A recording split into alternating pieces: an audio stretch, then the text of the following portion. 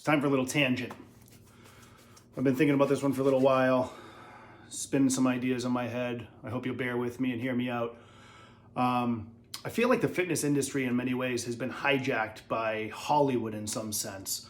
As you look around, we're looking on Instagram, we're looking all over social media.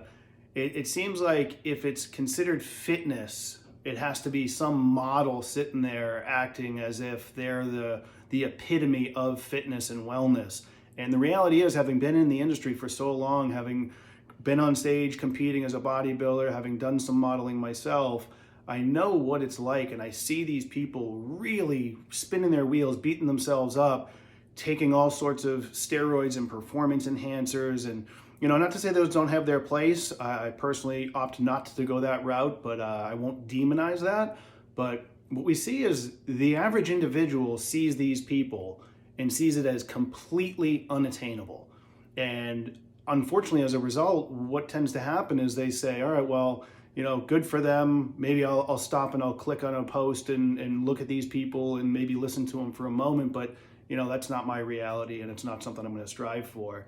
And I'm here to plead with you that you don't need to be to the level of a model or a competitor or a single digit body fat to be healthy.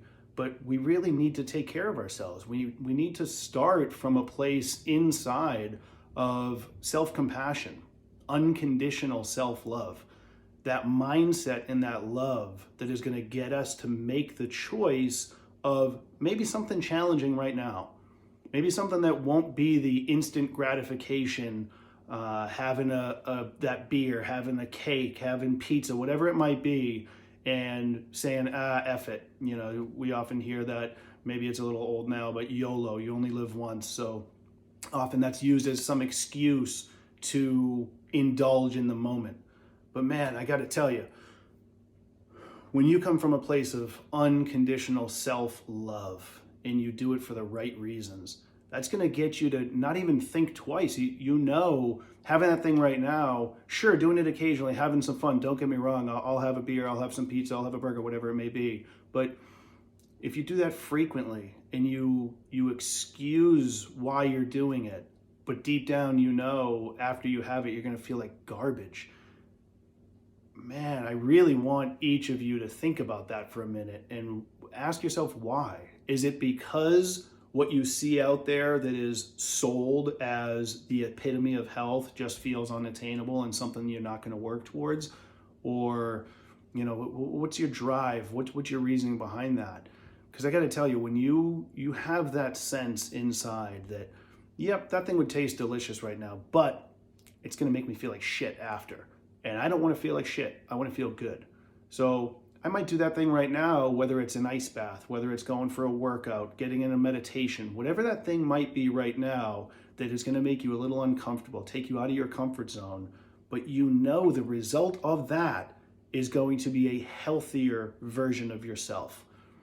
I can't encourage you enough. I can't stress it enough how vital that is. And it doesn't all have to be done today.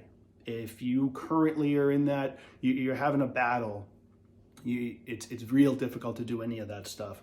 That's cool. Let's start by just increasing your water intake. Let's think about what our sleep is like. Let's get outside first thing in the morning, get some fresh air, get some natural sunlight.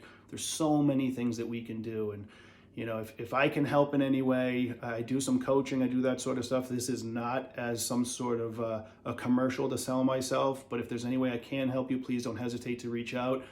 This is more of a plea to each of you to think about what we're doing in this industry.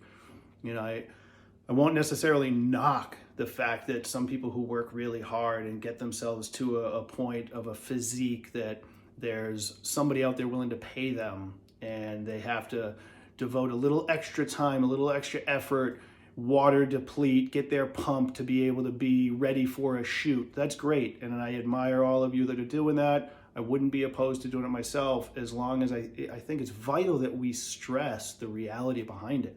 We don't walk around like that, right?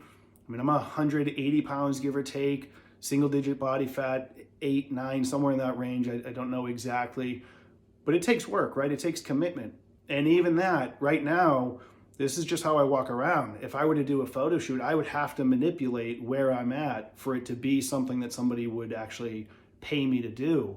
And man, there's just something about that I feel, while I wouldn't be opposed to doing that, I think it's vital that I stress to each of you that that's not the realistic, attainable physique. That isn't how people walk around.